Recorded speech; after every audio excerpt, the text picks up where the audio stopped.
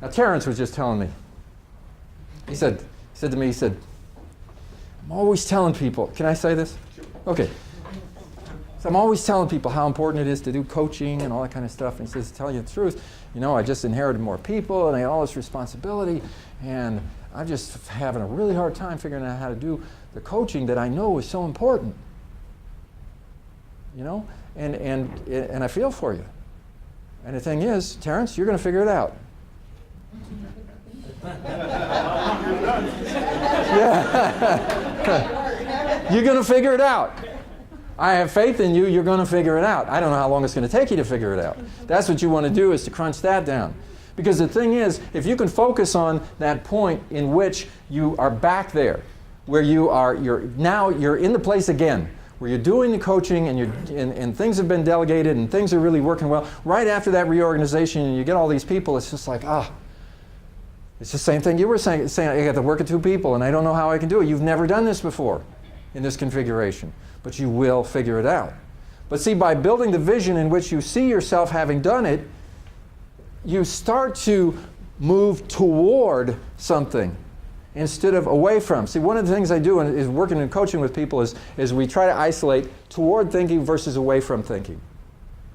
Toward thinking is building a vision that is a challenge and moving toward that. It's almost like there's this magnetic thing that's drawing you toward it. For a lot of people, they are more motivated by away from thinking than they are toward thinking. They're avoidant. So something new happens, and instead of looking at it as a challenge and I'm going to grow, and they start to visualize how they're going to do it, and they start looking for ways, possibilities and so forth, it's just like, now I'm overwhelmed, I don't think I can do this, it's really, and now they start looking for ways to get out of it and ways of avoidance. They find people that they don't like, situations they don't like in their lives, and so they spend, in very subtle ways, a good portion of their life avoiding. Their motivation, their movement is away from things rather than toward things. I always find this out when I'm coaching somebody. The first thing I do is I sit down and I say, what do you want? What do you want out of the coaching? And what a lot of people do is they tell me what they don't want. Well, I'd like to get my boss off my back. That would be a big thing. And I'd like to get rid of some of this worry that I have, because I really worry a lot, and I'd like to get rid of this, and I'd like to, and I listen. I say, you just spent a half hour telling me what you don't want. So let's see if we can restructure that into what you do want. And then we start just tweaking it around, reframing the way we're looking at it, building a future that looks like a goal, it looks like something attainable, and then we start working and continually moving towards that. That's what we have to do if we're going to meet these challenges. Otherwise, we're destined to be overwhelmed. So, alcoholics, let's go back to the serenity prayer.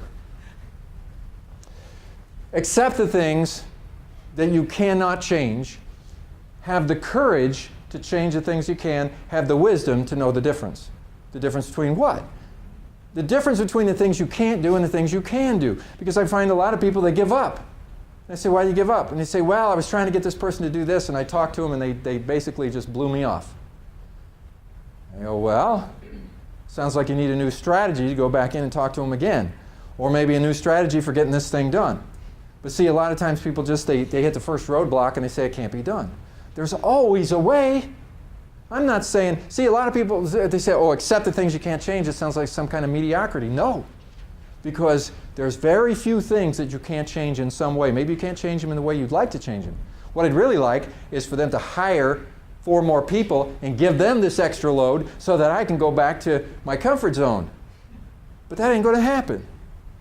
So what are we saying here? Have the wisdom to see the difference. You can't change it in that way, except the fact that the workload is what it is. Well, do you even have to accept that? Because we could do some load leveling. Have you ever been in a situation where you look at the people around you and you say, I'm doing more work than this person is? And I get rewarded for my diligent efforts, because anytime somebody wants, they look around and they say, who could take on this job?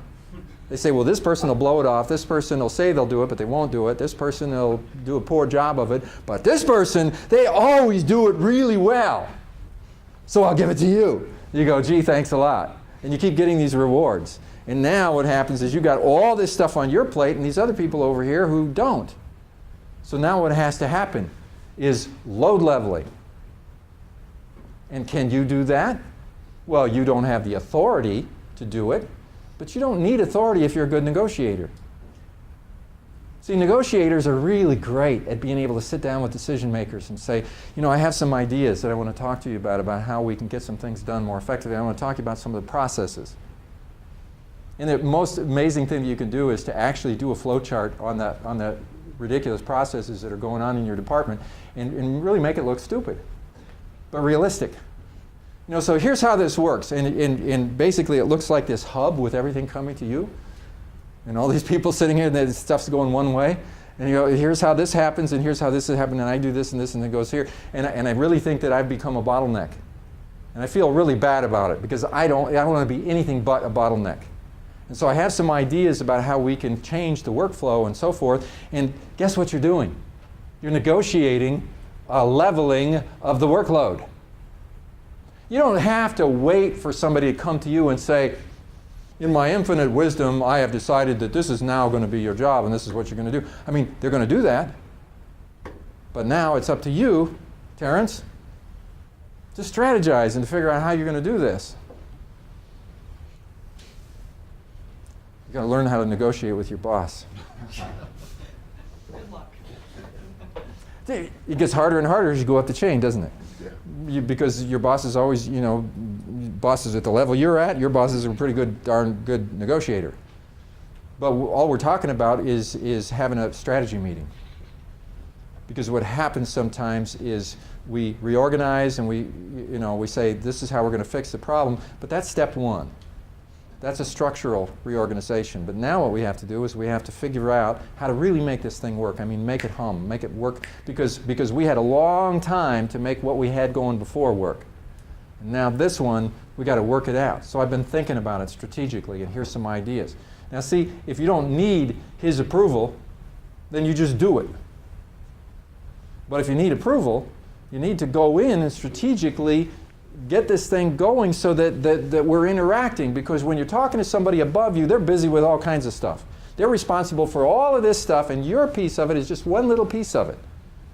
So then it becomes important for you to be able to sit down and bring them into your way of thinking and help them to see what you're doing strategically. And oh, by the way, it requires them to make a couple of decisions along the way, or at least touch base with you and so forth. But what you're doing is getting it to the point where you can get your job done, where you can make the organization that they decided to put in place really work. You have the responsibility to do that. And every one of you has the responsibility to do that. You could look and say, why did they organize us this way and become a victim? Or you could say, regardless of whether I believe it was a good decision or not, I'm going to make it a successful decision.